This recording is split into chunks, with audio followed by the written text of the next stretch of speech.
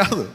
అంటే నేనేంటంటే నేను బ్రాడ్గా స్టేట్ కోసం చాలా బలమైన వ్యూహం పెట్టాం. ఓట్లు చెల్లకుండా నాయకులుగా పోటీ చేయటం వేరు, గెలవడం వేరు. నేను గెలవడం అనేది ఈసారి ప్రమాణంగా తీసుకున్నాను. 18 లక్షల ఓట్లు వచ్చినాయి, మన తక్కువ ఓట్లు కాదు. 2009లో మనకి 18 సీట్లు వచ్చి ఉమ్మడి రాష్ట్రంలో 18% ఓట్లు వచ్చి ఉమ్మడి రాష్ట్రంలో పార్టీని నిలబెట్టుకోలేకపోయాం ఆ రోజున. నేను 2 చోట్ల ఓడిపోయి ఉన్న ఎమ్మెల్యే పారిపోయి మరి 10 సంవత్సరాల పార్టీ నిలబెట్టున్నాం. సో ఓట్లు రావటం పోవడం ఇష్యూ కాదు. ఒక భావంతో, ఒక బలమైన భావంతో లక్షలాది మందిని కట్టిపడేయటం, అది పొలిటికల్ పార్టీ. అది టెంట్ల కింద కూర్చుంటావా, చెట్టు కింద కూర్చుంటావా, గుడారాలు వేసుకొని కూర్చుంటావా, నువ్వెక్కడ నుంచుంటే అదే పార్టీ ఆఫీసు, నువ్వెక్కడ నుంచుంటే అదే రాజకీయం. నువ్వు నడిస్తే రాజకీయం, మాట్లాడితే రాజకీయం. దానికి బిల్డింగ్లకి సంబంధం లేదు. ఆ రోజున అందరూ పార్టీ నడపలేము సార్ చెప్పి అందరూ పారిపోయారు, వైసీపీకి వెళ్ళిపోయారు. ఆ రోజున అందరూ, కొంతమంది వేరే పార్టీలకు వెళ్ళిపోయారు.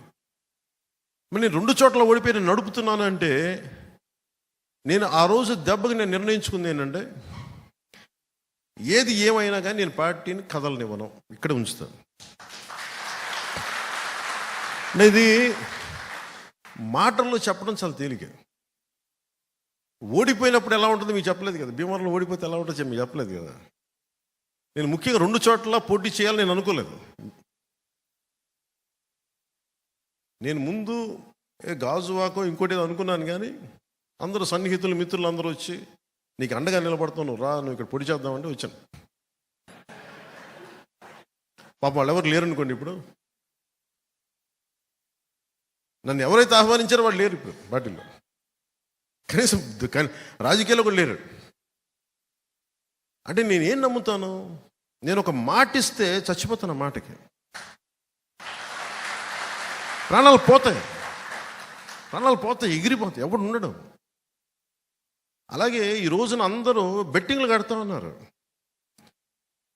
ఈ అలయన్స్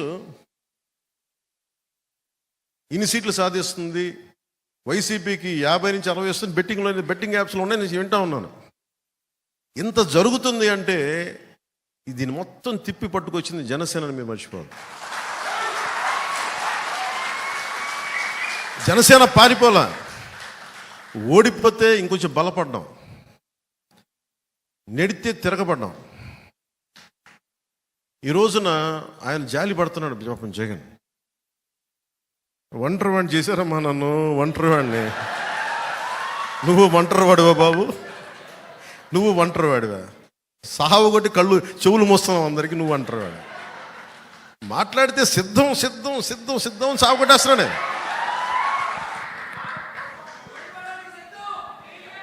అలాగే ఆయన సిద్ధం దేనికో చూద్దాం. నువ్వు సిద్ధం అంటే మేము యుద్ధం అంటాం. కానీ యుద్ధం చేయాల్సినంత గొప్పడా కాదని మనం నిర్ణయించుకోవాలి. నేను అనుకున్నాను, నాకు అందరు చెప్పారు, సార్ ఆయన సిద్ధం పోస్టర్లు పెట్టేస్తారు సార్, మీరు కూడా ఇలా పెట్టి ఇట్లా అనాలి ఇలా అనాలంటే, అప్పుడు నేను సినిమాలో కూడా చేయను ఇలాంటి పంచడేలో ఊరికన్నా. అంటే నేను కూర్చోబెట్టి నువ్వు సిద్ధం అంటే అతను వాళ్ళు ఏం ఎక్స్పెక్ట్ చేస్తారు వైసీపీ వాళ్ళు? యుద్ధం, గుర్తుపెట్టుకో. నాకు ఎలా ఉంటుందంటే, నేను సినిమాలో చెప్పడానికి కూడా ఇబ్బంది పెడతాను. అది చాలా సిల్లీగా ఉంటుంది నాకు. త్రివిక్రమ్ గారు మన భీమవరం వాస్తవ్యంలో నా సన్నిహితులు, మిత్రులు, ఆయన డైలాగ్ చెప్పారు అత్తారింటి దారిలో, సింహం గెడ్డం గీసుకుంటుంది, నేను గెడ్డం మర్చిపోయాను. సింహం గెడ్డం గీసుకుని నేను గీసుకున్నాను, అంతే తేడా. నేను చెప్పాను సార్, నేను సింహం ఇవన్నీ ఇబ్బందిగా ఉంటాయి సార్, నేను చెప్పలేను ఈ డైలాగ్. ఆయన నా బాధ భరించలేక దాన్ని కామెడీగా చెప్పమన్నాడు. కామెడీగా అయితే పర్లేదు, ఏదో చెప్పుకుంటూ వెళ్ళిపోతామని. అలా కాకుండా నేను సింహం లాంటి వాడిని, గట్టిగా సింహం లాంటి వాడిని జగన్ గుర్తుపెట్టుకో ఇవన్నీ చెప్పను నేను. అవన్నీ అడవిలో ఉండాల్సిన సింహాలు ఇవన్నీ మనం కాదు, మన మనుషులు సమాజంలో ఉంటాం. సినిమాల కోసం ఏదో సరదాగా పంచడానికి వేస్తాం, కానీ సినిమా ఆ ప్రేక్షకులకి కథాంశంగా చెప్పడానికి తప్ప నిజ జీవితంలో నేను ఇలాంటి మాటలు నేను మాట్లాడను. నిజ జీవితంలో నీకు గొడవ కావాలంటే నేను కొట్లాడతా, పబ్లిక్ పాలసీ మీద మాట్లాడతా. నువ్వు వైజాగ్లో నన్ను ఆపాలనుకుంటే నా సత్తా చూపిస్తా. నువ్వు ఆంధ్రప్రదేశ్ బార్డర్లో నన్ను ఆపితే నెట్టుకొని బద్దలు కొట్టుకొని ముందుకు వస్తే నేను నోటితో మాట్లాడను, నడిచి చూపిస్తా.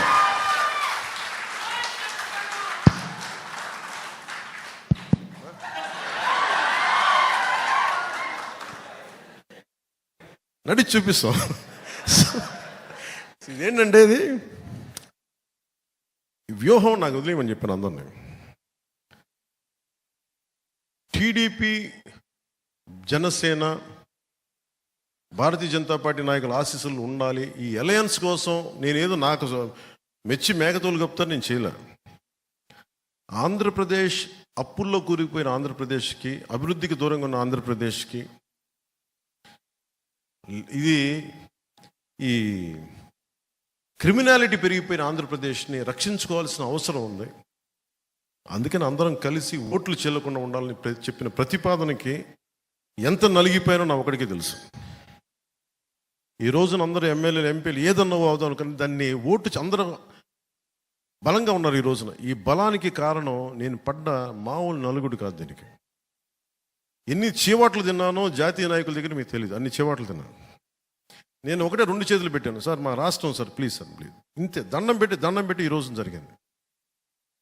నేను ఎప్పుడు జనసేన పార్టీ ప్రయోజనాలు ఆలోచించాల, ఆంధ్రప్రదేశ్ ప్రజల ప్రయోజనాలు, తెలుగు ప్రజల ఐక్యత ఆలోచించాలి.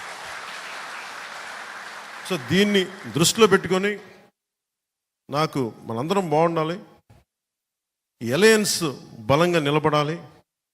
మనలో మనకి చిన్న ఇబ్బందులు ఉంటాయి, కొన్ని త్యాగాలు ఉంటాయి, ఇవన్నీ కొన్ని తప్పవు.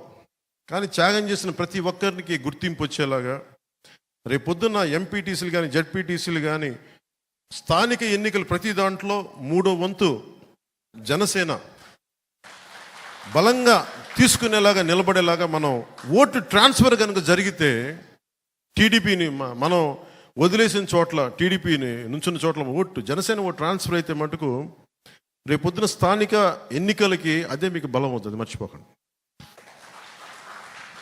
అలాగే 3వ వంతు మహిళలకు కూడా రిజర్వేషన్లు కూడా భవిష్యత్తులో వచ్చే 29లో రాబోతుంది. అది మీరు మహిళా నాయకులు కూడా మీరు ఇప్పటి నుంచి కష్టపడితే అది మీకు కూడా అది బంగారు దారి ఇచ్చినట్టు అవుతుంది. అందుకని మనస్ఫూర్తిగా నాకు ఈ అవకాశాన్ని ఇచ్చిన మా నాయకులందరికీ, ఆడపడుచులందరికీ, మహిళా నాయకురాలందరికీ, ఈరోజు పార్టీలో జాయిన్ అయిన శ్రీ రత్నం గారికి, మరి సతీమణి ఉమాదేవి గారికి, అలాగే మన మల్లాడి రాజేంద్ర ప్రసాద్ గారికి ప్రత్యేకించి నా హృదయపూర్వక ధన్యవాదాలు. ఈ వేదిక పైన ఉన్న మా నాయకులందరికీ కూడా పేరు పేరున హృదయపూర్వక ధన్యవాదాలు, నమస్కారాలు. యాక్చువల్ ఇది వెంటనే నేను వెళ్ళిపోవాలి ఇవన్నీ కాదు, కానీ నాకు ఒక్కడనే అయిపోయాను. 2019లో అప్పుడు నాయకత్వాన్ని లాగా నాకెవరు 10 మంది 20 మంది నాయకులు లేరు. లక్షల మంది నన్నే మాట్లాడాలనుకుంటారు. నేను చంద్రబాబు గారిని పెట్టి, చంద్రబాబు గారు కాదండి నాకు నీతోనే మాట్లాడాలంటారు. కార్యకర్త నుంచి నాయకుల దాకా లక్షలాది మంది నాతో మాట్లాడాలని టైం సరిపోవట్లేదు. అందుకని ఆ కష్టాలకి నేను అటు ఇటు తిరుగుతున్నాను. అందుకే మొన్న నుంచి రావాలని ఏం లేదు, భీమవరం తిరగాలి, భీమవరంకి రావాలి అన్నీ ఉన్నాయి. కానీ ఏం వేసినా కానీ వైసీపీ వ్యతిరేక ఓటు చెల్లకుండా ఉండాలంటే దాని మీద చేసిన కసరత్తు కొంతకాలం భీమవరానికి దూరం పెట్టింది అంతే. అలాగే ఇక్కడ ఉండే స్థానిక వైసీపీ నాయకులు కూడా మన వాళ్ళు ఇబ్బంది పెడతారేమో వస్తే ఇవన్నీ దృష్టిలో పెట్టుకొని, ఒక్కటి జనసేన తెలుగుదేశం ప్రభుత్వం వచ్చిన వెంటనే లా అండ్ ఆర్డర్ సిచ్యువేషన్ మటుకు చాలా చాలా చాలా బలంగా ఉంది. ఫాల్స్ కేసులు పెట్టినా, ఎలాంటి దౌర్జన్యాలు చేసినా అందరినీ తగు రీతిలో గుర్తించుకుంటాం. భవిష్యత్తులో ఇప్పుడు చేసిన ప్రతిదీ కూడా సరైన విధంగా దాని సరైన రీతిలో స్పందిస్తుంది. దాని గురించి ఏది మర్చిపోలేదు.